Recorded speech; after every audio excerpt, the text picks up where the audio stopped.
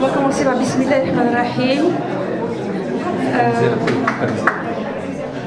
Donc, nous sommes extrêmement heureux de vous accueillir dans ce nouvel espace culturel dont la vocation est d'ouvrir la discussion, le débat autour de thèmes dont le spectre est extrêmement large. Et ce spectre va de la philosophie islamique à l'histoire des civilisations, à la politique au Moyen-Orient, à l'histoire du syndicalisme. Pour preuve, dans 15 jours aura lieu ici une conférence sur le syndicalisme international, et une semaine plus tard, dans 3 semaines, quelqu'un d'extrêmement qualifié va nous parler de ce qui se passe actuellement en Ukraine, et qui n'est pas sans être en lien avec ce qui se passe actuellement en Palestine. Nous sommes également extrêmement honorés d'inaugurer ces conférences par l'invitation de M. Nidal Kessoum, qui va nous exposer ses travaux concernant donc l'islam et la science. Et il est l'une des personnalités les plus indiquées dans le monde actuellement pour déployer cette problématique très, très complexe et riche, qui est la connexion entre l'islam et la science. Et avant de lui laisser la parole, je vais me permettre en quelques points de configurer l'espace dans lequel va se développer le débat qui va s'en suivre. Et le premier point est le suivant. Nulle religion au monde n'a inscrit quasiment dans son dogme la nécessité de la quête du savoir. C'est pratiquement une obligation, et aussi bien son texte sacré que sa tradition prophétique, que l'histoire de ces premiers siècles indique qu'il est fait obligation, sinon c'est un véritable commandement pour le fidèle, d'observer la nature, d'enquêter, de l'étudier, d'en tirer des lois. Et pour autant, tous les jours, nous sommes heurtés, écorchés par ce qu'on entend dans les médias, à savoir une véritable élaboration d'une coagulation entre l'islam, l'ignorance et la violence. Certes, nous avions l'habitude, c'était le fait de journaleux, de piscopies, pratiquement de mercenaires propagandistes. Mais en 2006, nous avons été réellement offensés qu'un pape, dans un discours qu'il avait fait à Ratisbonne, et qui devait traiter des liens entre la foi et la raison, dès le début de son discours et de sa leçon, cite un empereur byzantin, tout à fait méconnu, qui aurait entretenu une dialecsis avec un savant iranien musulman. Et dans cette leçon, les propos inauguraux étaient d'assimiler l'islam à la violence exclusivement et quasiment à la déraison. Son propos était effectivement de vouloir helléniser le christianisme, parce que, à son sens, il était devenu un peu trop mosaïque. Alors, nous pourrions répondre à la chose suivante. C'est que le début du christianisme, il faut savoir que le christianisme est devenu religion d'État en 380 par l'édit de Constantinople, qui a été tenu par l'empereur Théodose, et moins de 150 ans plus tard, en 529, l'empire chrétien d'Orient, parce que celui d'Occident n'existait plus, il a chuté en 453 à Rome, par l'invasion des barbares. L'acte majeur commis par le christianisme en 529 a été la fermeture de l'Académie de philosophie d'Athènes. Or, dès le début de l'histoire de l'islam, Damas puis Bagdad sont devenus des centres d'effervescence, de recherche, de développement artistique et scientifique extraordinaires. Certes, les savants musulmans ont traduit le grec, ont traduit la philosophie païenne et la science païenne grecque, mais ils ont outrepassé ça. Il serait extrêmement long et vain de citer tout ce que la civilisation islamique a apporté à la science. Mais Toutefois, je voudrais simplement citer la chose suivante. Il faut, pour que la science progresse, il faut un instrument mental capable de concevoir la chose qui va s'en suivre.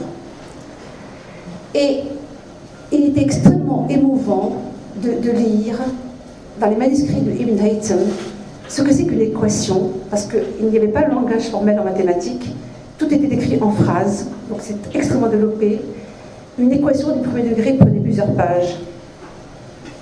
Et la chose extraordinaire qui a été apportée parce que l'instrument mental que doit développer le musulman et le fidèle, c'est l'unité, tawhid, l'unification, le concept de l'un, de l'unité de l'union.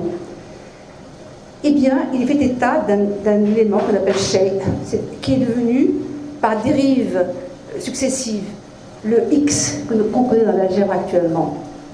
Donc, on peut supposer un objet dont on n'a pas la preuve qu'il existe, et on veut le démontrer logiquement. Et ça, c'est le vrai début de la science.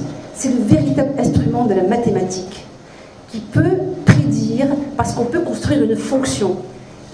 La civilisation islamique a apporté ça, au moins la fonction affine, y égale ax plus b, et le x est une variable, et ça permet de faire de la prédiction en sciences et en physique.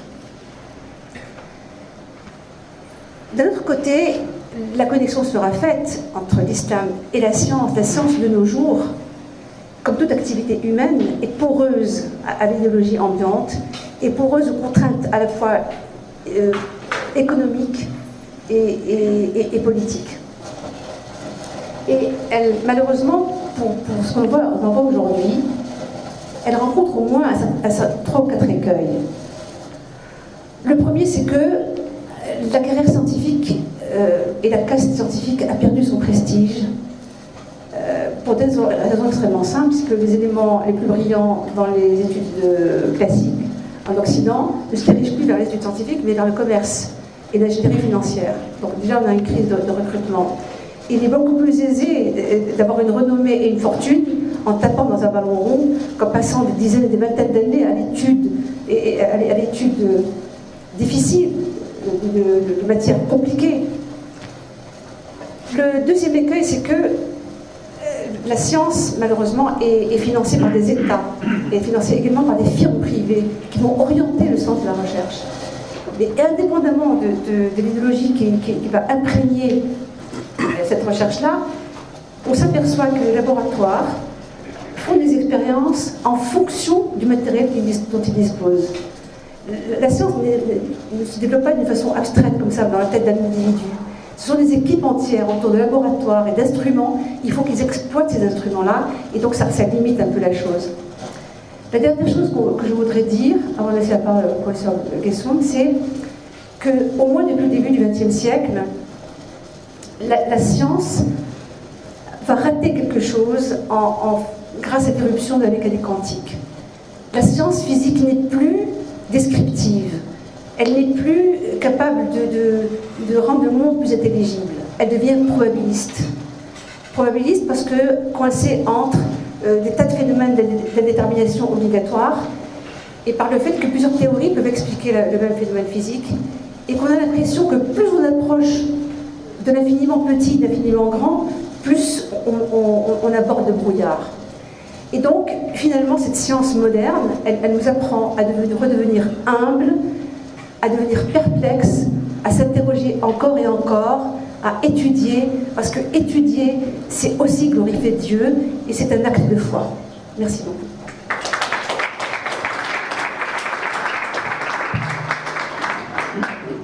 Bismillahirrahmanirrahim. Alhamdulillah Rabbil Alamin, wa salatu wa salam ala ashrafil mursalin, Sayyidina Muhammadin wa ala sahbihi ajma'in. Alhamdulillah alladhi bi ni'matihi tatimmu s-salihat. Je vais me mettre debout pour quelques minutes avant de m'asseoir, parce que parfois je préfère parler debout, parfois je préfère parler assis. Mais pour ces premiers mots et cette introduction, avant que je me lance dans le vif du sujet, je voudrais d'abord dire à quel point je suis honoré et content d'avoir été invité par Dr Badia Benjelloun qui m'a contacté depuis des mois, qui m'a envoyé plusieurs emails m'invitant à passer quand je passerai, parce que comme vous voyez sur l'écran, je ne suis pas basé ici, je suis basé plutôt loin d'ici, à plusieurs heures d'avion. Mais je lui avais dit que je passais quasi régulièrement, une fois, deux fois, parfois trois fois par an en France, à Paris, et que je serais très content de venir faire une présentation et de discuter avec les gens quand je passerai. Et donc nous sommes là. Je viens d'apprendre aussi que c'est la première des conférences dans ce merveilleux espace, et j'en suis encore plus honoré. Je suis encore plus content d'avoir entendu l'introduction de Dr Benjelloun, parce qu'effectivement, elle a soulevé un certain nombre de points qui ne sont pas dans ma présentation, mais qui auraient parfaitement pu l'être. En fait, j'avais une planche sur Ibn al-Haytham que j'ai décidé à la dernière minute d'enlever, parce que je me suis dit ça va être un peu trop technique, et puis je ne veux pas trop embêter les gens, puisque j'imagine que j'aurai un public très divers. Mais je voulais aussi dire, par exemple, que l'histoire du pape Benoît et sa fameuse conférence à Ratisbonne, elle est dans mon livre. Donc on y reviendra un petit peu après. Ce livre, il parle de quoi exactement? Comment se fait-il qu'un livre sur l'islam et la science puisse avoir quelques pages sur la conférence du pape à Ratisbonne? Mais vous aviez très justement souligné la question centrale de cette conférence offensive, où le pape simplement a dit que le Dieu de l'islam est un Dieu irrationnel et violent. Voilà, pour simplifier.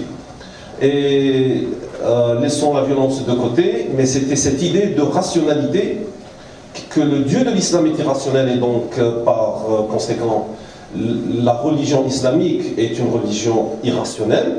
Et comme vous avez très bien souligné, pour lui, il n'y a que le christianisme qui est vraiment rationnel à cause de sa fusion avec l'hellénisme. Et donc, vous imaginez la conclusion, c'est-à-dire laissez tomber toutes les autres religions, il n'y a que le christianisme qui peut être en adéquation avec la modernité. Donc c'était juste pour rebondir un petit peu sur ce que vous avez dit, mais c'est effectivement central, je pense, au sujet que nous allons traiter ce soir. Mais avant cela, moi je voudrais m'introduire un petit peu, vous raconter un petit peu mon histoire personnelle pour que vous connaissiez un peu mieux. Hein, généralement, lorsqu'on se rencontre, là ça ne va pas être possible parce que je vois qu'il y a une petite centaine de personnes, mais généralement quand on se retrouve dans un majlis, dans une réunion amicale, on s'introduit l'un l'autre pour se connaître un petit peu. Donc je vais au moins m'introduire, vous dire, et puis ce sera l'occasion de vous dire pourquoi et comment j'en viens à traiter de cela. Parce que très souvent les gens me disent, mais vous êtes astrophysicien? Oui. Vous avez fait des études aux États-Unis? Oui. Vous avez fait des recherches aux États-Unis et ailleurs? Oui. Et mais pourquoi vous vous mêlez de ces choses-là? Pourquoi vous ne faites pas vos recherches? Vous ne faites pas vos recherches? Je dis, si, je fais mes recherches. Ah, vous faites des recherches en astrophysique? Oui, je fais mes recherches en astrophysique. Et ça a un rapport avec l'astrophysique? Je dis, un peu.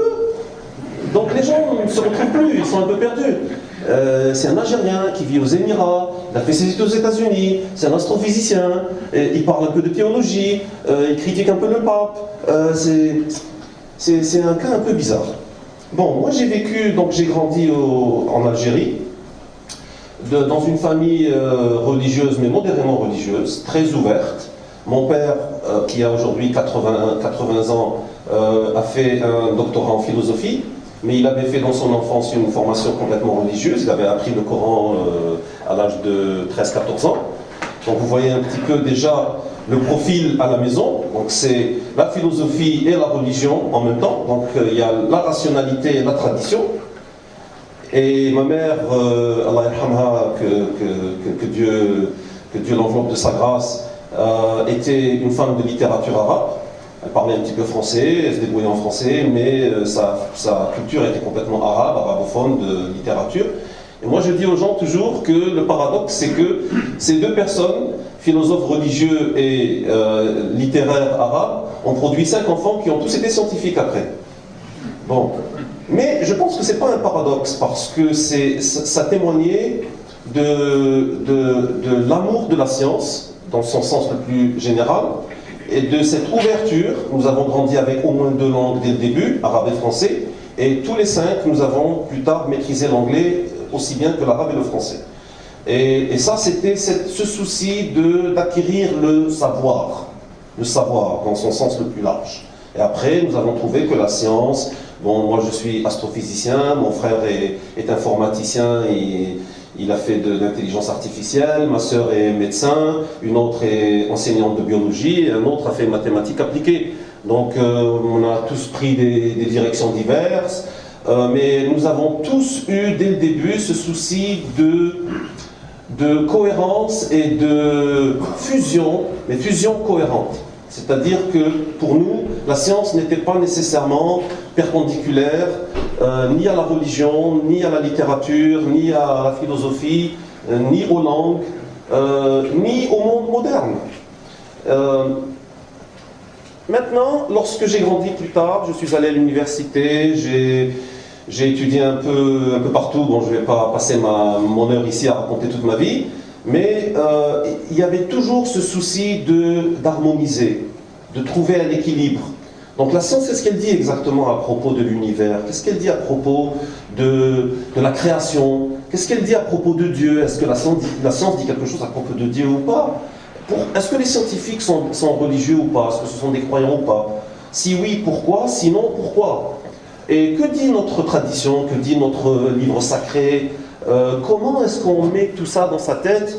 Et vous pouvez imaginer que très vite, ça commence à devenir compliqué. Parce que il s'agit de cosmologie, il s'agit de mécanique quantique, il s'agit de biologie, il s'agit d'évolution darwinienne, il s'agit de philosophie moderne, postmoderne, islamique. Et si on n'arrive pas à faire l'ordre un peu dans sa tête, c'est tout de suite le chaos. Sinon, la schizophrénie. Bon, donc, lorsque je suis allé aux États-Unis, pour moi, c'était toujours cette quête de savoir et quête de sens. Quête de savoir, c'est-à-dire je voulais en savoir le plus possible surtout, mais je voulais aussi comprendre et que les choses soient en harmonie. Et ça, c'était pas facile. Parce que je lisais des choses, surtout dans ma culture, qui est restée très traditionnelle, malheureusement, qui semblait tout de suite dépassée, semblait tout de suite en déséquilibre, loin des acquis, loin des avancées qui avaient été faites durant les derniers siècles, aussi bien dans la science, dans la philosophie, etc. Et d'un autre côté, je lisais des choses dans la science qui parfois étaient choquantes, parfois étaient interpellantes, et parfois étaient éblouissantes. Et donc c'est comme ça que j'en suis venu à essayer de traiter de cette harmonisation de l'islam et de la science, de manière qui soit rigoureuse et cohérente. Rigoureuse dans le sens où ce que l'on doit dire de la science doit être véridique et avéré, et ça c'est un problème parce que beaucoup d'écrivains, surtout arabo-musulmans, s'en trouvent à dépasser ou dire des choses qui ne sont pas correctes. Et là, lorsqu'on lit des choses, lorsque quelqu'un lit des choses et trouve que c'est pas correct, tout de suite on rejette évidemment, et ça donne une mauvaise impression de notre culture.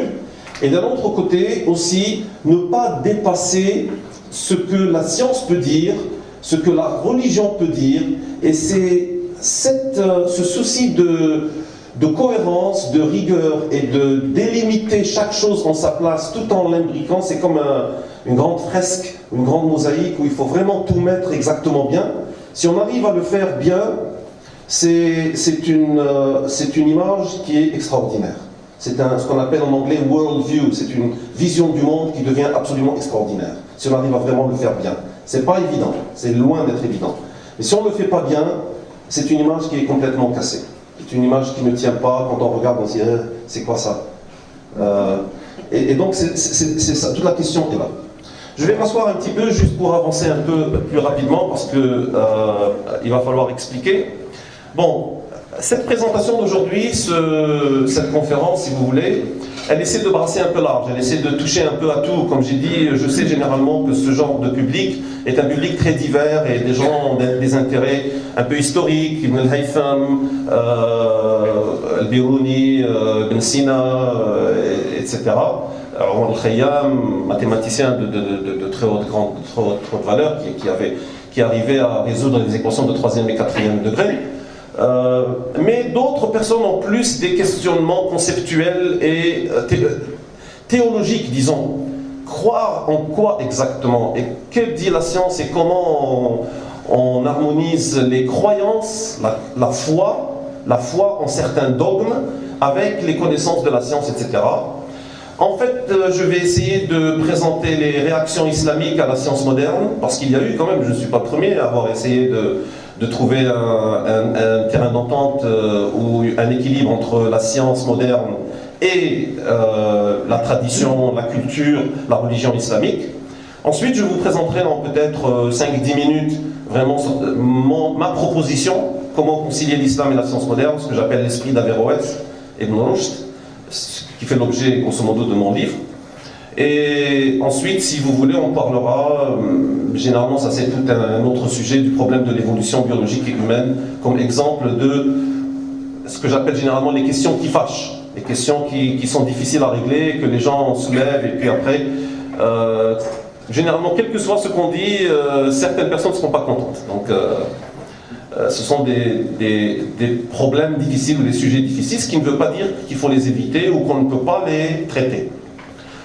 Comme a dit Dr Benjeloun, la science et le savoir, comme vous voyez, c'est science/savoir, parce que c'est le mot ilm, qui est un mot très très général et très très sophistiqué, complexe, à plusieurs sens et à plusieurs niveaux, le mot ilm, que généralement je traduis par science et savoir, ou science ou savoir. Dans la culture islamique, c'est un concept clé, c'est une idée clé. Et effectivement, il y a plus de 750 versets dans le Coran, c'est-à-dire 1/8 du livre, qui traite du savoir et de la nature, de la contemplation, de l'exploration du monde, des phénomènes du monde, etc. Un des versets que j'adore le plus, c'est dit contemplez ce que contiennent les cieux, dit parcourez la terre et voyez comment a commencé la création, comment Dieu a commencé la création.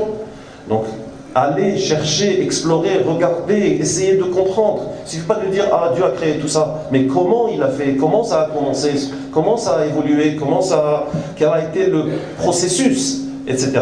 Donc il y a beaucoup de versets dans ce sens, et effectivement la religion musulmane est une religion, et peut-être la religion qui pousse au savoir le plus. Et effectivement, le savoir est une obligation envers chaque musulman. Ça c'est un hadith qui est très très connu. Il y a d'autres hadiths, la quête du savoir, je viens de citer. Dieu a mis dans la nature un remède pour chaque maladie qu'il a créée, c'est-à-dire aller chercher et trouver.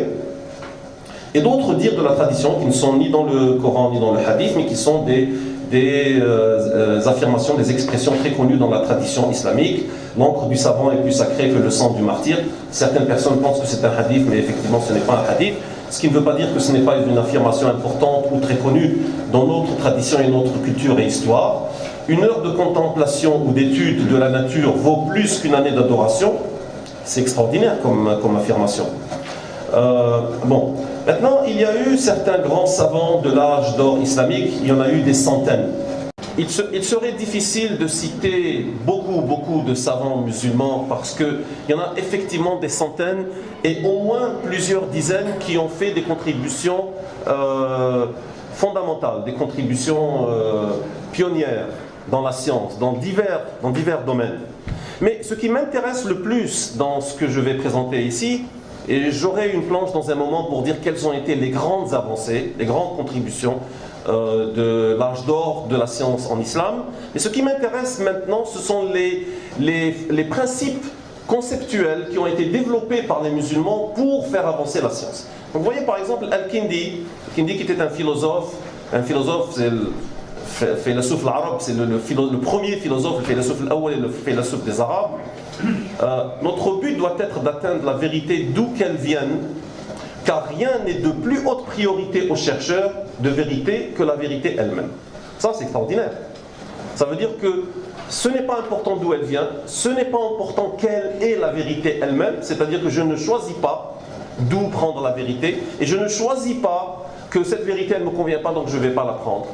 Donc le but premier et principal, selon Al-Kindi, et ça c'est le 9e siècle déjà, il y a 1100 ans au moins, c'était la quête de la vérité. Ça c'est important. Ibn Sina, Écoutez cette affirmation très simple et très profonde d'Ibn Sina sur l'importance d'apporter la preuve. Il dit qu'il ne s'agit pas d'autorité, il s'agit de preuve des affirmations et des vérités. Celui qui s'habitue à croire sans preuve s'est extirpé de son humanité naturelle. C'est-à-dire que vous ne devez jamais accepter une quelconque affirmation sans en exiger la preuve. Ça, c'est extraordinaire comme principe sur lequel on cherche le savoir. Al-Biruni adopta l'induction, ça on commence à avancer un petit peu dans la philosophie de la science, mais Al-Biruni il y a un peu plus de 1000 ans maintenant, adopta l'induction comme approche véridique en recherche scientifique. L'induction, c'est lorsqu'on part des choses qui sont à un certain niveau et puis on va vers le haut, c'est du bas en haut, l'induction. La déduction, c'est quand on part d'un certain principe haut et ensuite on en tire des conclusions ou des résultats qui sont plus bas, qui en sont extraits. Donc lorsqu'on extrait, on appelle ça une déduction. Lorsqu'on va vers le haut, on fait une abstraction, on appelle ça l'induction. Pendant très très très longtemps, pendant des siècles, la méthode qu'utilisaient les philosophes, et par extension les philosophes de la nature, c'est-à-dire les physiciens et les scientifiques, était la déduction.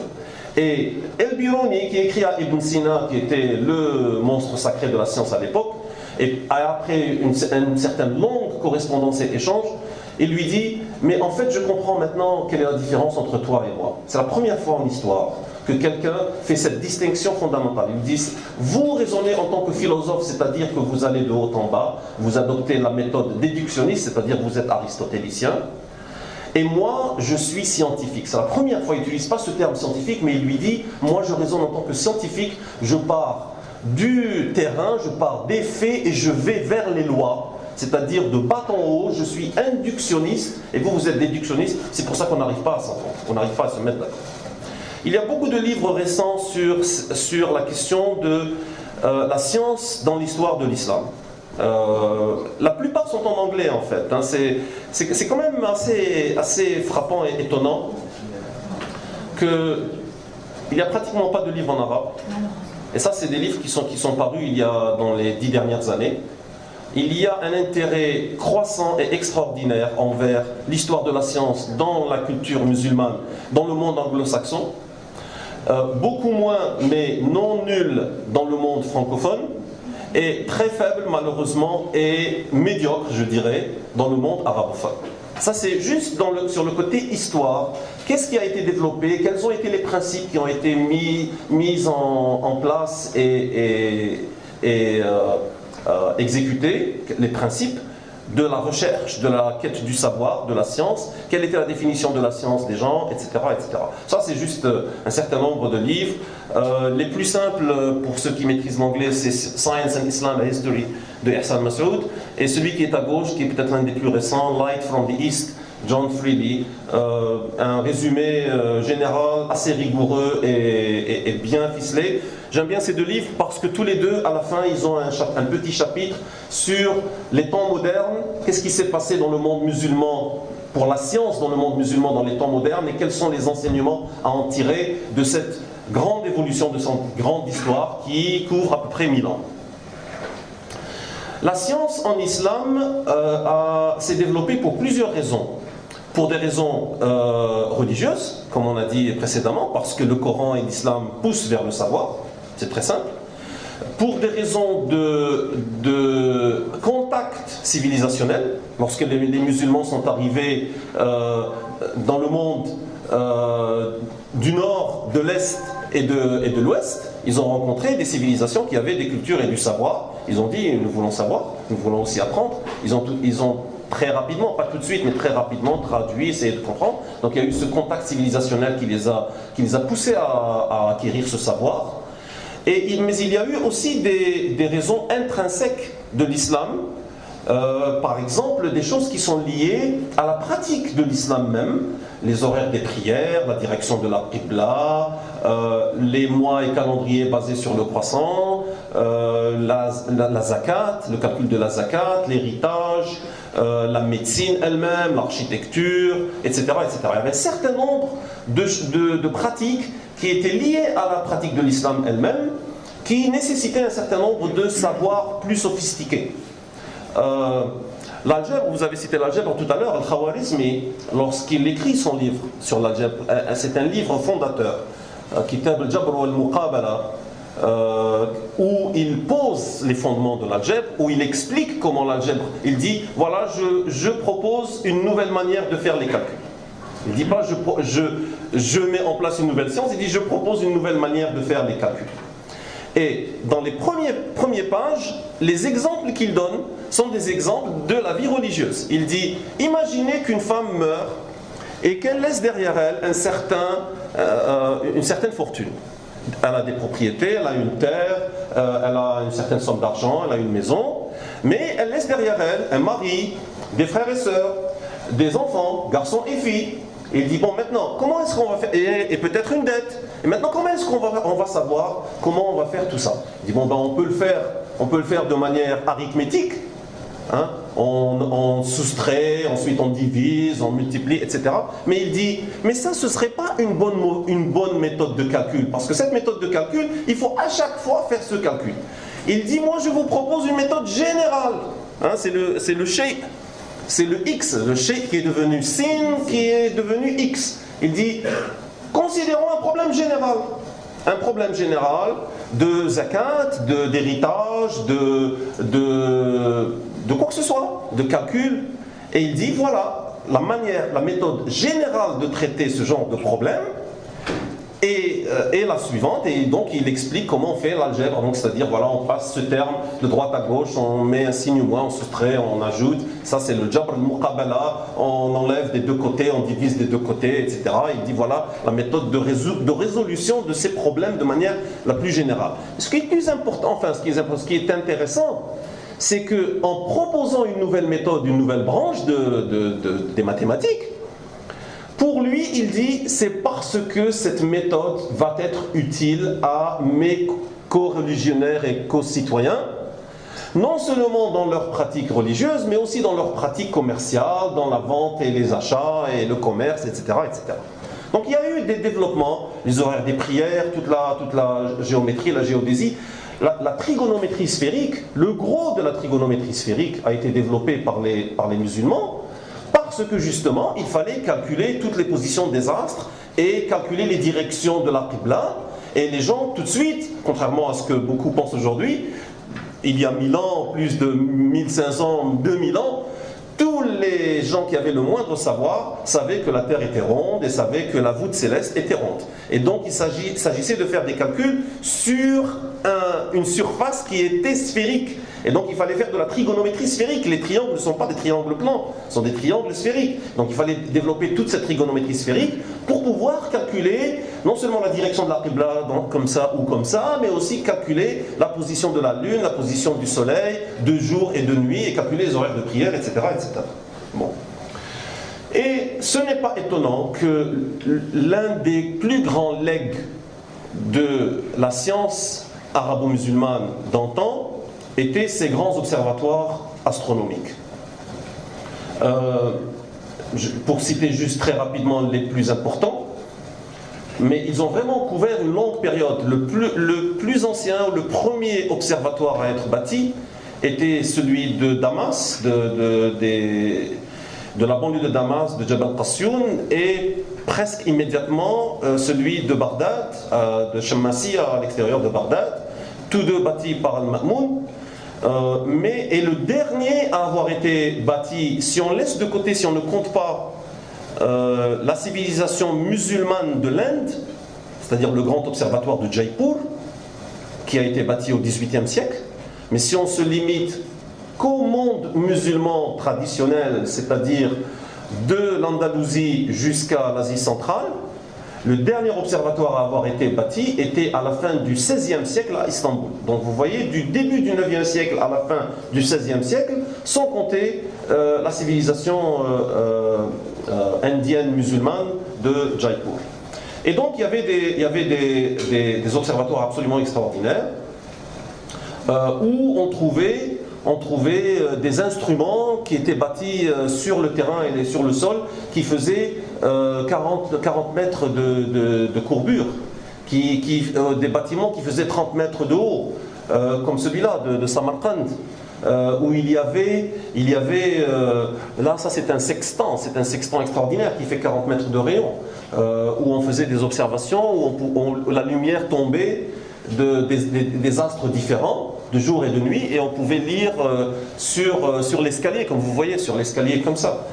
Bon, je pourrais expliquer en détail pourquoi et comment, etc., mais des contributions absolument historiques dans l'histoire de la science de l'humanité. Juste quelques exemples aussi bien artistiques que littéraires et scientifiques. Ce sont des tableaux et des fresques. Là, c'est un tableau de, je crois que c'est Tosi, Nasir-ad-Din Tosi avec ses disciples. On voit un astrolabe suspendu au plafond. Ça, ce sont 2 pages, ou 4 pages en fait, du grand livre de Abdurrahman al-Soufi.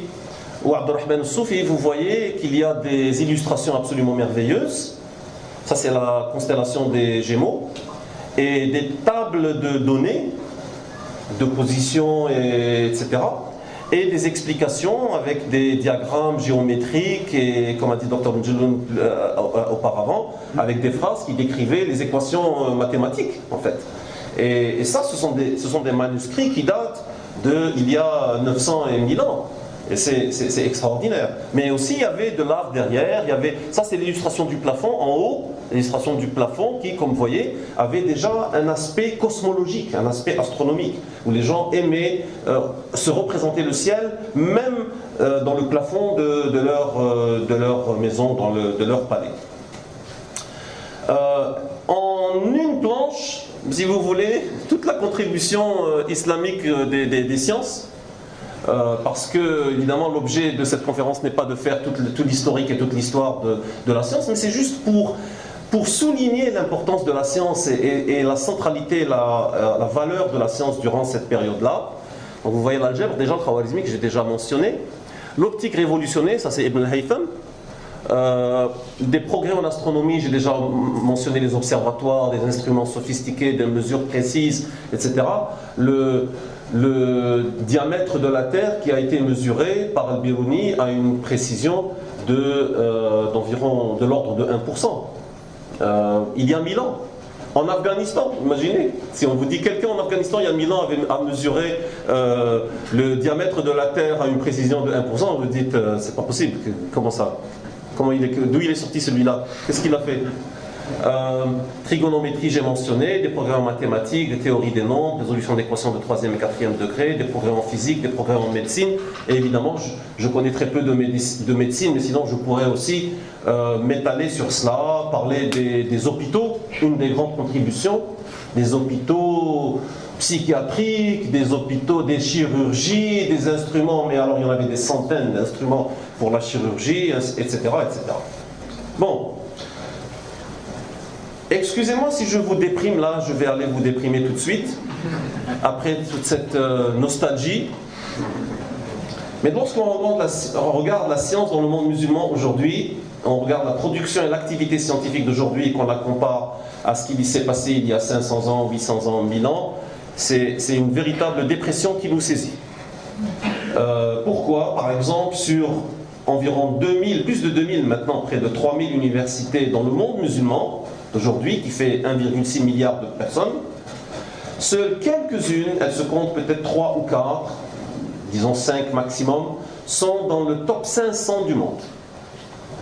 En fait, il n'y en a aucune qui est dans le top 250. Il y en a qui sont entre 300 et 400, 400 et 500, mais c'est tout. Donc ça vous donne déjà une idée de la qualité de la science et de la recherche scientifique dans le monde musulman. Le nombre de publications scientifiques dans le monde musulman en entier est d'environ 1,1% de la production mondiale. Alors que nous représentons environ 25%, 20 à 25% de la population mondiale. Et nous ne manquons pas de ressources financières, naturelles, etc. Mais la contribution scientifique est d'environ 1%. En 1999, bon, ça commence à être un peu daté, je devrais aller réactualiser toutes ces données, toutes ces statistiques, mais pour vous donner une idée, en 1999, seuls 134 inventions ont été brevetées dans tout le monde musulman, comparé à plus de 3000 en Israël seulement. Et là, je ne compare pas avec la France ou avec la Grande-Bretagne ou les États-Unis ou même la Suisse ou même l'Italie. Je compare avec Israël. Le nombre de papiers scientifiques fréquemment cités, là c'est une question de qualité maintenant. C'est-à-dire, bon, on publie beaucoup de papiers, mais beaucoup de papiers qui ne sont jamais cités, qui n'ont pas de valeur. Les citations des papiers est généralement une indication grossière de la qualité du papier. Un papier, publication scientifique qui a une grande valeur, elle va être citée par d'autres beaucoup de fois. Donc le nombre de papiers scientifiques qui sont fréquemment cités par million d'habitants est de 0,02 en Égypte, 0,01 en Algérie, 0,53 au Koweït, 38 en Israël. Donc déjà, quand on compare Israël en Égypte par million d'habitants, on en est à peu près un facteur de 4000. 43 aux USA, 80 en Suisse, etc., etc. Je vais vous montrer maintenant quelque chose qui est un peu plus personnel, les résultats d'un sondage que j'ai effectué auprès d'étudiants et de professeurs au sein de mon université il y a quelques années. Ça c'est dans mon bouquin, entre parenthèses, c'est dans l'annexe à la fin du livre, avec beaucoup de résultats. Je vais vous montrer juste une ou deux planches de résultats pour vous donner une idée de la situation. Alors, par exemple, ça, ce sont les réponses des étudiants musulmans lorsque je leur ai demandé quel est l'âge de l'univers. Ça, rappelez-vous, ce sont des étudiants universitaires. Quel est l'âge de l'univers? Alors, au lieu de leur demander quel est l'âge de l'univers exact et que je m'attende qu'ils me disent 13,8 milliards d'années, non, je sais que là, beaucoup de gens n'ont pas le chiffre exact, ne savent pas. Alors, je leur donne des possibilités. Je leur dis, est-ce que c'est des milliers d'années? Dans les dizaines de milliers d'années, centaines de milliers d'années, des millions d'années, milliards d'années, dizaines de milliards d'années, ou je ne sais pas du tout. Je ne sais pas du tout, aucune idée. Et vous voyez déjà que pour l'âge de l'univers, pour l'âge de la Terre, pour l'âge du Soleil, et l'âge de l'humanité qui est une question complexe, parce que qu'est-ce qu'on entend par humanité? À quel moment l'humanité est devenue humaine? Mais bon, laissons de côté cette dernière ligne, mais au moins les trois premiers, vous voyez qu'une majorité, parfois de 2/3, dit « j'ai aucune idée ». Donc vous imaginez des étudiants à l'université qui n'ont aucune idée quel est l'âge de la Terre. Moi j'enseigne la physique et l'astronomie chaque semestre, et le premier jour, je donne un test aux étudiants. Bon, ils s'inquiètent un petit peu.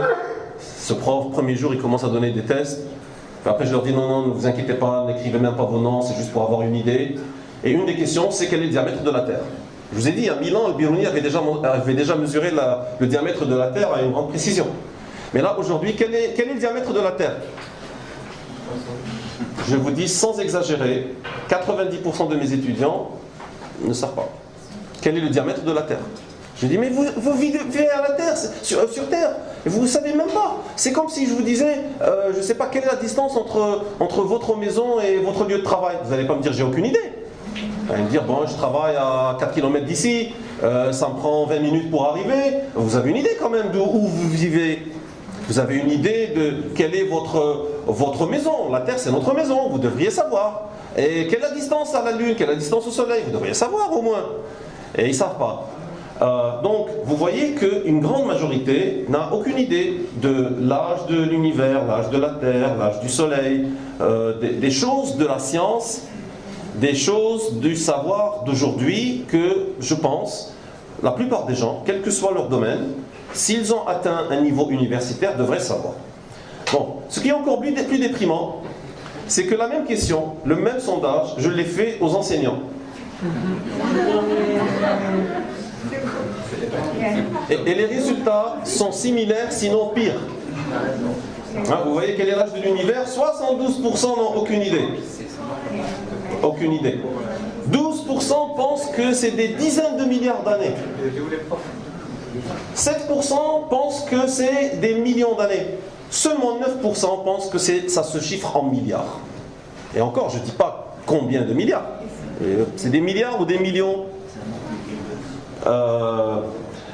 Pourquoi je vous raconte et je vous montre ça? Pour vous dire qu'il y a un problème dans le statut de la science, dans notre culture.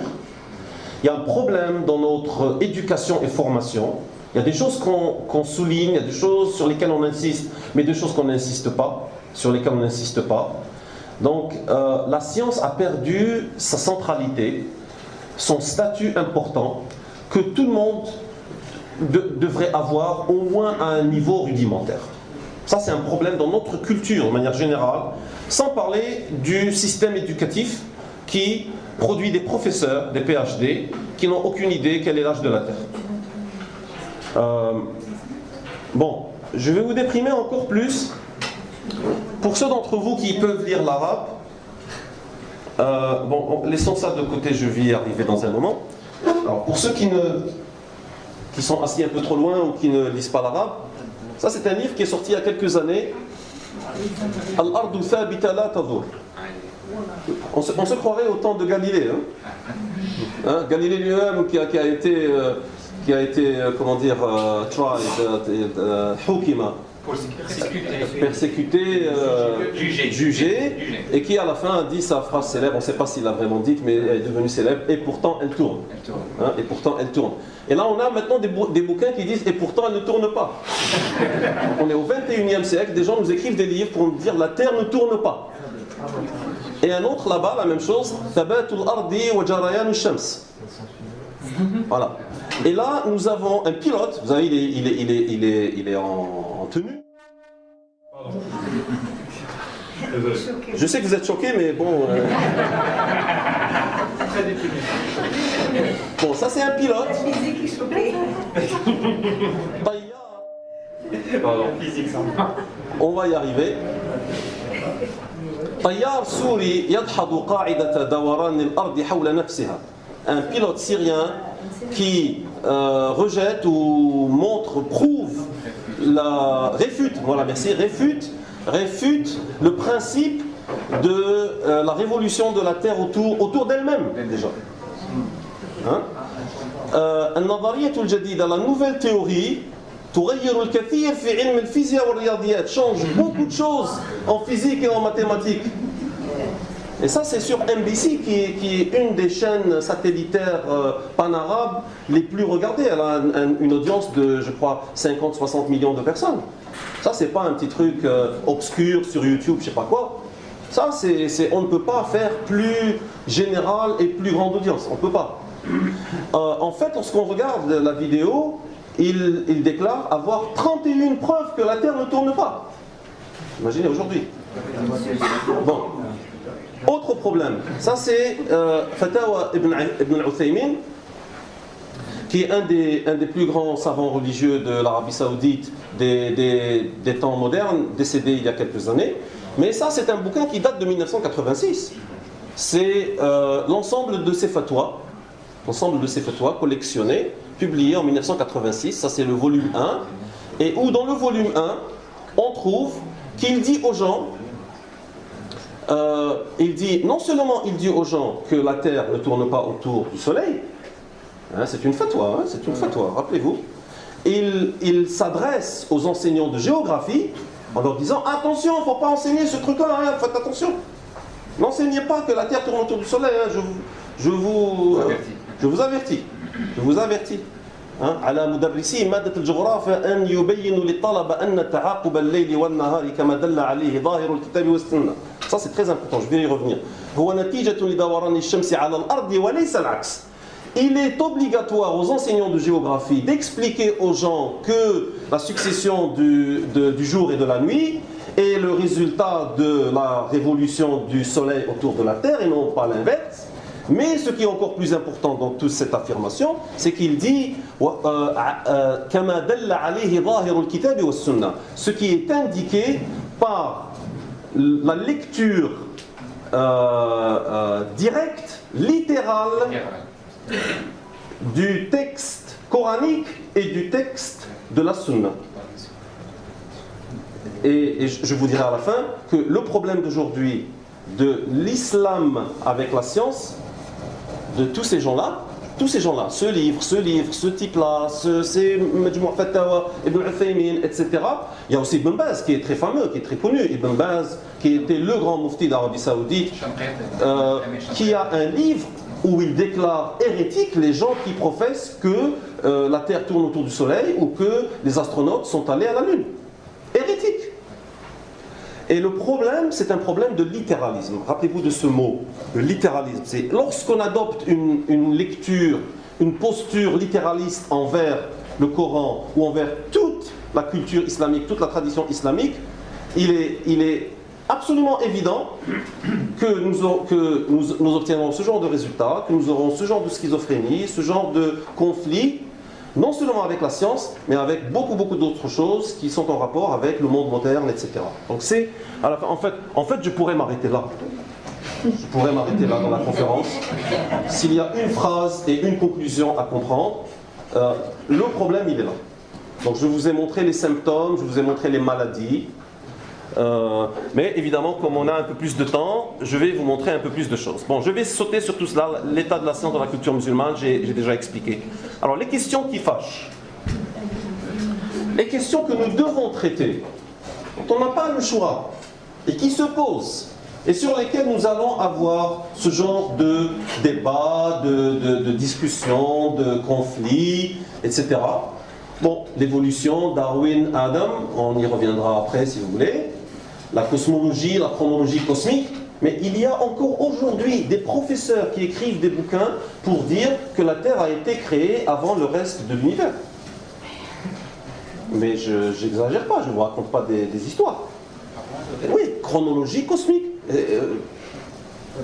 Ça aussi c'est dans mon bouquin. C'est pas dans ce bouquin, c'est dans celui qui viendra après ou celui qui est en anglais, vous pouvez trouver, mais la version française, il y a un deuxième volume qui sortira probablement en février, qui contient donc ce chapitre sur la cosmologie et un chapitre sur l'évolution, Darwin, etc. Et où je raconte, je cite, je raconte pas, je cite, à référence à l'appui, les écrits d'aujourd'hui où les gens proclament que la Terre a été créée avant le reste de l'univers, du cosmos. Vous avez un problème avec la cosmologie moderne, avec la chronologie cosmique. Il y a des bouquins qui sont écrits par des professeurs d'université aujourd'hui où on vous calcule la distance jusqu'au ciel, c'est-à-dire jusqu'au trône divin. Alors oui, on vous le mesure, on vous le calcule, on vous donne les chiffres. Et quelle est l'étendue de l'univers horizontalement et quelle est l'étendue de l'univers verticalement. Les miracles, les lois de la nature, l'action divine, i'jaz, le contenu scientifique miraculeux dans le Coran.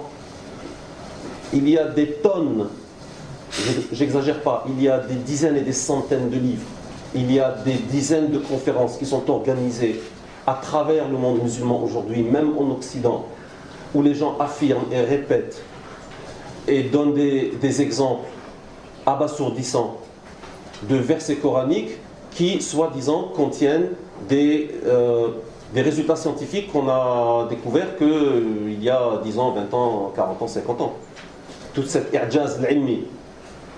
Y a-t-il des preuves pour les croyances religieuses? Il y a beaucoup de preuves que je connais qui enseignent aux gens que nous pouvons prouver que Dieu existe, que nous pouvons prouver que les anges existent. Nous pouvons prouver un certain nombre d'affirmations religieuses.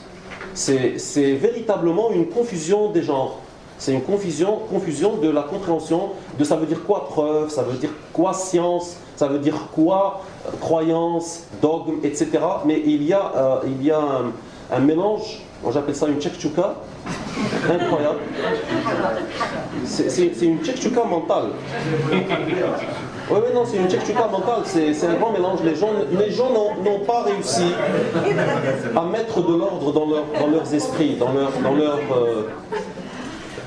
dans leur cerveau. Quel est le degré de certitude des résultats scientifiques? Ça, c'est une bonne question. Lorsqu'on dit que nous connaissons l'âge de l'univers, à quel point en sommes-nous certains? Lorsqu'on dit on a mesuré la distance entre la Terre et la Lune, ou la Terre, je ne sais pas, le diamètre de la galaxie, pour faire des choses encore plus compliquées, le quasar le plus lointain, enfin des choses vraiment, mais à quel point en sommes-nous certains? Bon, des choses qui sont simples, elles sont simples. Bon, le diamètre de la Terre, on peut le mesurer par plusieurs manières, et à la fin, personne n'en doute. L'exemple que je donnais l'autre jour aux étudiants, j'ai dit, quelle est le mont le plus élevé, le sommet le plus élevé sur Terre? Et tout le monde a dit Everest. Et j'ai dit à quelle hauteur ou altitude? Et ils ont dit 8882 ou 8800 quelque chose. Et tout le monde en était certain. J'ai dit, vous êtes sûr? Peut-être que c'est seulement 3000. Ou peut-être que demain on trouvera que c'est 13 000. Ah non, on sait. Non, c'est certain. Vous êtes tous sûrs qu'il n'y a pas d'autre montagne qui est plus élevée que Everest? Peut-être que demain on va les trouver. On dit non, on a déjà bien couvert la chose. C'est réglé. Donc, il y a des exemples qui sont évidents, triviaux. Mais il y a des exemples qui sont un peu moins triviaux. Et il y a des exemples qui sont un peu plus compliqués. Mais comment est-ce qu'on établit des faits en science? Est-ce que tout est discutable? Est-ce que tout est discutable? C'est ça la question. Les gens disaient, ah ouais, mais ça c'est votre science d'aujourd'hui et demain vous allez me dire autre chose. Et les gens ne voient pas la différence entre les choses qui évoluent et qui deviennent qui s'améliorent, qui deviennent plus sophistiquées, et les choses qui deviennent de plus en plus solides. Il y a une différence entre des choses qui deviennent plus solides et des choses qui s'améliorent ou qu'on remplace. Ah oui, avant c'était la gravitation de Biruni, puis après c'est devenu la gravitation de Newton, et maintenant c'est la gravitation d'Einstein, et aujourd'hui vous avez d'autres théories. Mais ils ne voient pas l'évolution, ils ne voient pas que l'une n'annule pas l'autre. Bon. Et qui détient l'autorité dans la science? Qui détient l'autorité dans le savoir? Dans le savoir. Parce qu'il y a des gens qui viennent, quand on discute, ils disent non, j'ai demandé au cheikh, au imam, et il m'a dit que c'est comme ça. Je dis mais vous êtes allé demander au cheikh une question sur les cellules souches? Ça va pas. Il a beau savoir, je sais pas, il a beau avoir lu je sais pas combien de livres sur les cellules souches, mais c'est pas à lui de demander les questions. Ah non, je lui ai demandé est-ce que c'est possible, il m'a dit non, c'est pas possible. Mais qui détient l'autorité? C'est parce que les gens dans leur tête, ils pensent que le cheikh, c'est l'autorité sur le savoir, sur ce qui est permissible, ce qui est acceptable, etc. C'est une question d'autorité. Vous vous souvenez au début, lorsque j'ai parlé de Al-Kindi, qu'est-ce que j'ai dit? J'ai dit Al-Kindi au début a dit il n'y a rien de plus important que la vérité, et la vérité est au-dessus de tout. Il n'a pas dit c'est le shirk qui est au-dessus de tout, il n'a même pas dit c'est le Coran qui est au-dessus de tout. Il dit c'est la vérité qui est au-dessus de tout, et notre souci est d'aller vers la vérité, de chercher la vérité d'où qu'elle vienne. D'où qu'elle vienne. Donc cette question d'autorité, c'est une autre question centrale dans la culture musulmane d'aujourd'hui. Qui a l'autorité et sur quoi? C'est une question très très générale, qui se manifeste sur les questions de science, mais qui se manifeste aussi sur des questions de politique, sur des questions d'ordre social, de relations humaines, etc. etc. Le défi de la science moderne. Bon, je vais accélérer un petit peu, je vais juste vous expliquer pourquoi la science moderne est différente de la science d'antan. Ça c'est important aussi à comprendre. Tout ça c'est expliqué dans le livre aussi. Entre parenthèses, c'est pas pour vous faire acheter le livre. Moi, j'y gagne, je ne sais pas combien, 8% ou 7%, un truc comme ça. Donc, si vous achetez un bouquin et l'éditeur le vend là à un prix réduit de 15 €, j'y gagne quoi? 1 €. 1 € par copie. Donc, vous voyez que ce n'est pas mon souci. Mais vraiment parce que le détail de tout ce que je raconte est dans le livre. Le défi de la science moderne, c'est pour ça que moi quand je parle toujours de science moderne, parce qu'aujourd'hui on traite de science moderne, on ne traite pas de la science d'Al-Biruni ou d'Ibn Sina, de la science aristotélicienne, helléniste, grecque. Ça c'est une autre science, qui a fait des progrès, qui a avancé, mais qui a montré ses limites, et puis après nous avons eu la Renaissance, nous avons eu l'âge des Lumières, la révolution scientifique, la révolution industrielle, et puis le XXe siècle et tout ce qui s'ensuit. Mais qu'est-ce qui a changé? Pourquoi la science d'aujourd'hui est différente? En quoi elle est différente? Alors faites attention parce que ça c'est là que l'on commence à toucher au problème. J'ai mis ces deux mots en rouge parce que c'est de là que le mal vient, si on veut. Le naturalisme méthodologique. La science moderne, la science d'aujourd'hui, les scientifiques de par le monde, qu'ils soient du Japon ou du Brésil ou des États-Unis ou des Émirats, s'accordent soit explicitement, soit implicitement à faire de la science selon ce principe. Il dit quoi ce principe? Ce naturalisme méthodologique, alors est-ce que je l'ai explicité? Non. Bon, je vais mettre tout ça là-dedans, comme ça vous allez pouvoir lire. Mais ce naturalisme méthodologique, il dit tout simplement, que lorsque vous voulez expliquer tout phénomène naturel, tout phénomène du monde, je vais expliquer pourquoi les quasars nous envoient des rayons gamma, partie de ma recherche. Ou je vais expliquer des choses simples. Pourquoi le sol de Mars est rougeâtre et pourquoi il y a du carbone, du dioxyde de carbone sur les pôles de Mars et pourquoi ça augmente ou ça n'augmente pas, etc., etc. Tout ce que je voudrais expliquer. Allons encore plus loin. Je veux expliquer la maladie mentale d'une personne, d'un patient. Je veux expliquer n'importe quel phénomène du monde, qu'il soit physique, humain, social ou quoi que ce soit. La science moderne dit vous devez vous limiter à des causes naturelles. Vous devez vous limiter aux causes naturelles comme explication de tout phénomène du monde. C'est-à-dire que si quelqu'un vient et dit ah, vous savez, ce jeune, pourquoi il a ces problèmes mentaux? C'est parce qu'il est habité par un djinn. Les scientifiques vont lui dire non, non, vous pouvez croire ce que vous voulez, vous avez le droit d'aller chez vous, croire en tout ce que vous voulez, ça c'est votre problème, mais si vous voulez nous expliquer une maladie mentale, un phénomène physique, chimique, biologique, météorologique, quoi que ce soit, vous ne devez jamais faire appel à des causes surnaturelles, non naturelles. Ah, mais c'est parce que Dieu l'a aidé et donc c'est pour ça qu'il a pu sauter ou faire battre le record du monde, je sais pas quoi. Non, non, écoutez, vous pouvez croire en Dieu ce que vous voulez, ça c'est votre droit. Mais si vous voulez expliquer le record du monde, la natation, de je sais pas quoi, de tout ce que vous voulez, vous devez m'expliquer tout cela selon des bases et des causes naturelles. C'est un naturalisme méthodologique, c'est une méthodologie qui est naturaliste. Bon.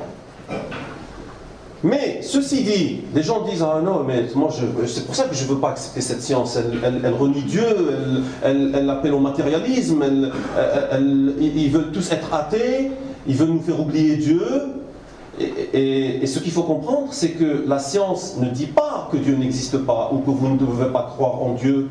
Elle dit que les phénomènes du monde doivent être expliqués par des causes naturelles. Très simple. Vous allez expliquer la foudre, vous allez expliquer, je ne sais pas, n'importe quel phénomène qui, pendant longtemps, a été expliqué comme étant Dieu a frappé ici, le tremblement de terre, le volcan, la schizophrénie, les maladies mentales, etc., qui pendant longtemps ont été expliquées par des bases non naturelles. Ce sont des démons, ce sont les anges qui l'ont fait, c'est Dieu qui a frappé ici ou là, etc. Tout ça dans la science moderne, c'est inacceptable. Donc, vous pouvez croire qu'il y a un Dieu, que vous avez une relation avec lui, que vous priez, qu'il vous guide, que demain il va y avoir un jugement, qu'il y a un enfer, ou il y a un paradis, ou qu'il y a une vie après la mort, qu'il y a un esprit, une âme, tout ça, vous pouvez croire, ça c'est votre droit. La science ne dit pas que vous ne pouvez pas croire ça, pas du tout. Mais si vous voulez m'expliquer quoi que ce soit, vous devez vous en limiter aux causes naturelles. Ça, on appelle ça le naturalisme méthodologique. Le critère de falsifiabilité de Popper est un autre principe important de la science moderne. Karl Popper, un philosophe autrichien des années 30-40, il est mort je crois vers les années 80-90, a posé un critère simple. Il a dit, pour qu'une proposition, pour qu'une hypothèse, ce qu'on appelle généralement une théorie, mais je préfère utiliser les termes hypothèse ou proposition, soit scientifique, pour qu'elle soit acceptée dans le domaine de la science. Ça ne veut pas dire qu'elle est forcément correcte. C'est une proposition, c'est une hypothèse que je propose pour expliquer un phénomène. Pour qu'elle soit acceptée dans le domaine de la science, il faut qu'elle soit falsifiable. Ça veut dire quoi falsifiable? Ça veut dire qu'on peut prouver qu'elle est fausse ou qu'on peut prouver qu'elle est correcte. Elle contient en elle-même des prémices pouvant montrer ou démontrer sa véracité ou sa fausseté. Si je fais une proposition, je dis bon, comment on va vérifier votre proposition? Je dis ah désolé, il n'y a pas de vérification possible dans la proposition. Vous allez me dire, qu'est-ce que vous allez me dire? Ce n'est pas une proposition scientifique. Vous allez dire bon ben vous êtes en train de philosopher, vous êtes en train de spéculer, vous êtes en train de parler un peu de manière artistique, c'est votre droit, vous faites de la poésie, votre droit, mais vous ne faites pas de la science. Ça, c'est la science d'aujourd'hui. Donc, on est obligé de se tenir dans un cadre méthodologique. C'est toute cette méthodologie qu'il faut comprendre. Comment fonctionne la science moderne, la recherche et découverte, production de nouveaux savoirs, le peer review, l'examen par les collègues. Ça, c'est aussi très important. Les gens disent « Ah ouais, mais ça, c'est la théorie de Darwin. Ça, c'est Darwin. Bon, il ne croyait pas, ce qui n'est pas tout à fait correct. Et c'est pas la théorie de X ou de Y, ça n'existe plus. Ça, c'est les philosophies qu'on peut dire. Ah, ça, c'est la philosophie de Jean-Paul Sartre, ou ça, c'est la philosophie de Nietzsche, ou ça, c'est la philosophie de Heidegger, ou je ne sais pas qui. Mais on ne peut pas dire c'est la physique de X. C'est quelqu'un qui a proposé une théorie, ou proposé des équations, proposé quelque chose, mais après, elle a été traitée, regardée, vérifiée, expérimentée par des dizaines et des centaines de scientifiques. Donc, lorsqu'on dit la relativité d'Einstein, c'est la relativité qui a été proposée par Einstein, mais qui a été vérifiée par combien de personnes? Des milliers de scientifiques. Des milliers de scientifiques. Donc, c'est pas l'idée d'Einstein. Bon, on peut être d'accord avec Einstein, on peut ne pas être. Moi, j'aime bien les écrits d'Albert Camus. C'est pas la même chose. C'est pas j'aime bien les écrits d'Albert Einstein. Oui, non, je trouve que sa proposition, vraiment, elle est bien. Hein. Non, c'est pas comme ça.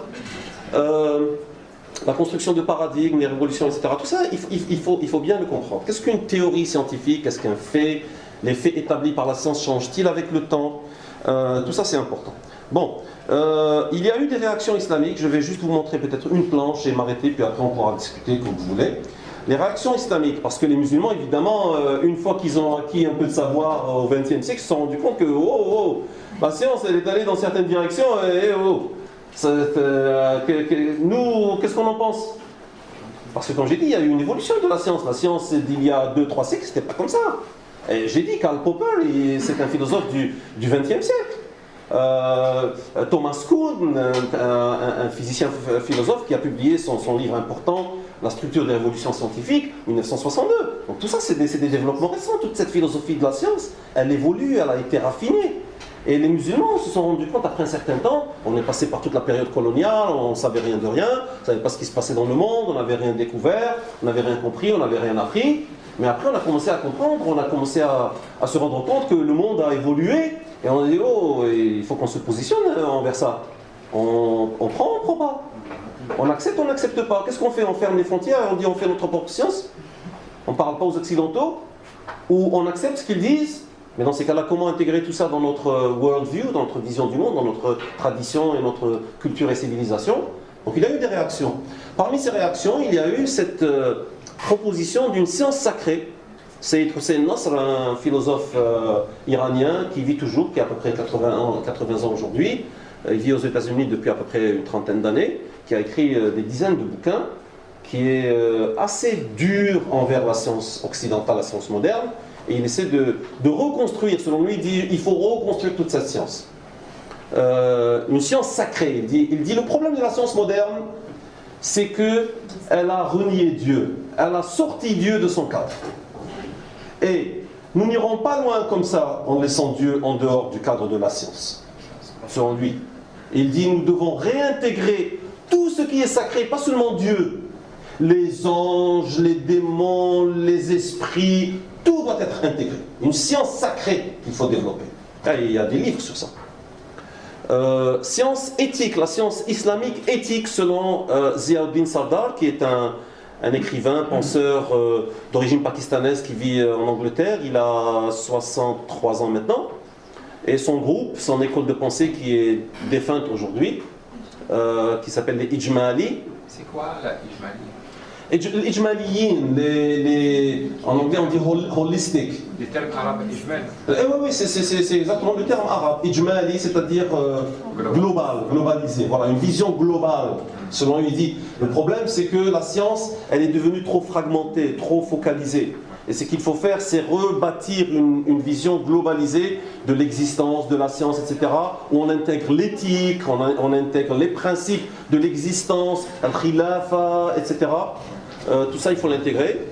Mohamed Abdus Salam, qui est un physicien pakistanais, qui est le premier musulman à recevoir le prix Nobel en physique et en sciences naturelles, qui, lui, Les gens ont dit, bien sûr, il a été formé en Angleterre, il a passé sa vie en Europe. Évidemment qu'il va dire que la science est universelle, parce qu'il a dit, écoutez, arrêtez avec ces histoires de science islamique, tout ça. Ça n'existe pas, la science est universelle. Bon, il y a des manières d'intégrer les choses, mais la science en elle-même, il n'y a pas de science. Il a une phrase célèbre, il n'y a pas de science islamique comme il n'y a pas de science juive, hindoue, chrétienne ou chinoise. Il dit non, la science est la science elle est universelle. Et évidemment, il y a eu beaucoup de débats sur ça. Et puis, il y a eu d'autres voix durant les quelques dernières décennies. J'ai déjà mentionné l'Ijaz qui est souvent attribué à Maurice Bucaille, mais qui en fait n'est pas vraiment dû à Maurice Bucaille, ça on pourrait en parler. Et il y a aussi cette proposition de Mehdi Golshani, qui est un physicien philosophe iranien, qui a à peu près 70 ans aujourd'hui, qui propose que la science soit théiste. Soit théiste, c'est-à-dire croyante. Il dit, on peut prendre toute la science telle qu'elle est faite, mais il faut lui rajouter une espèce de manteau croyant, une espèce d'enveloppe croyante, l'envelopper d'une vision croyante du monde. Donc on peut faire les équations d'un musulman ou d'un japonais, d'un croyant et d'un athée vont être les mêmes. L'expérience, on va faire la même expérience, on va recevoir les mêmes résultats. Ça, il dit, évidemment, il n'y a pas de problème. On ne va pas faire des expériences différentes parce que moi je suis croyant et quelqu'un d'autre ne l'est pas. Mais la façon dont on comprend toute la science, tout le savoir qu'on en tire à propos du monde, etc., doit être théiste, doit être sous l'autorité ou sous l'aile de Dieu, si on veut. Hein? Voilà, je vais m'arrêter ici. J'avais beaucoup plus d'autres planches, mais ça prendrait trop de temps et je voudrais aussi vous donner l'occasion de poser des questions, de faire des remarques. Professeur, pour l'EIP. Pardon? Pour l'Institut international de Ma'had al-Ali al-Fikr islami. Ah oui, oui, il y a effectivement, je ne sais pas pourquoi j'ai oublié ça ici. Il y a une autre proposition qui est la proposition de Ismail al-Farouqi. Oui.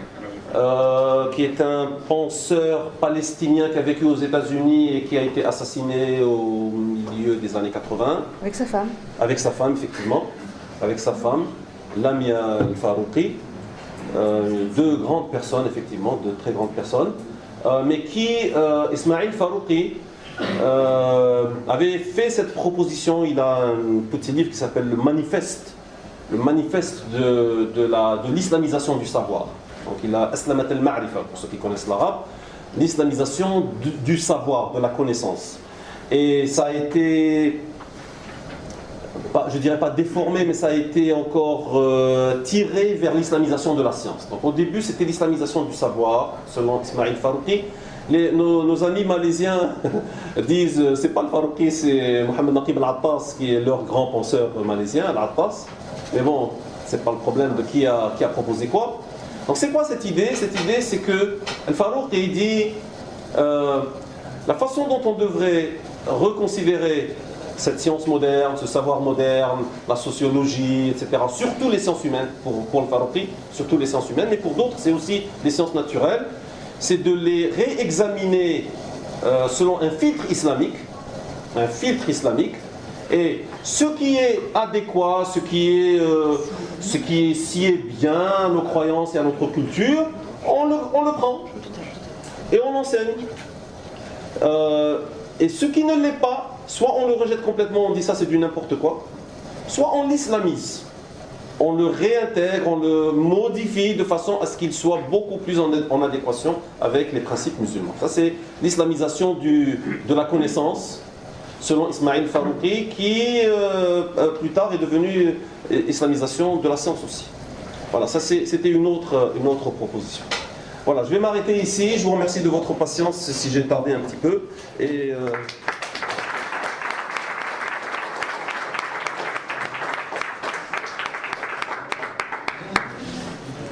Oui, merci beaucoup. Alors effectivement, nous essuyons les plâtres et en même temps, les micros ne marchent pas toujours très bien.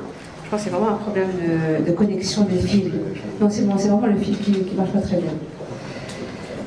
Merci infiniment, monsieur le professeur. Pardon.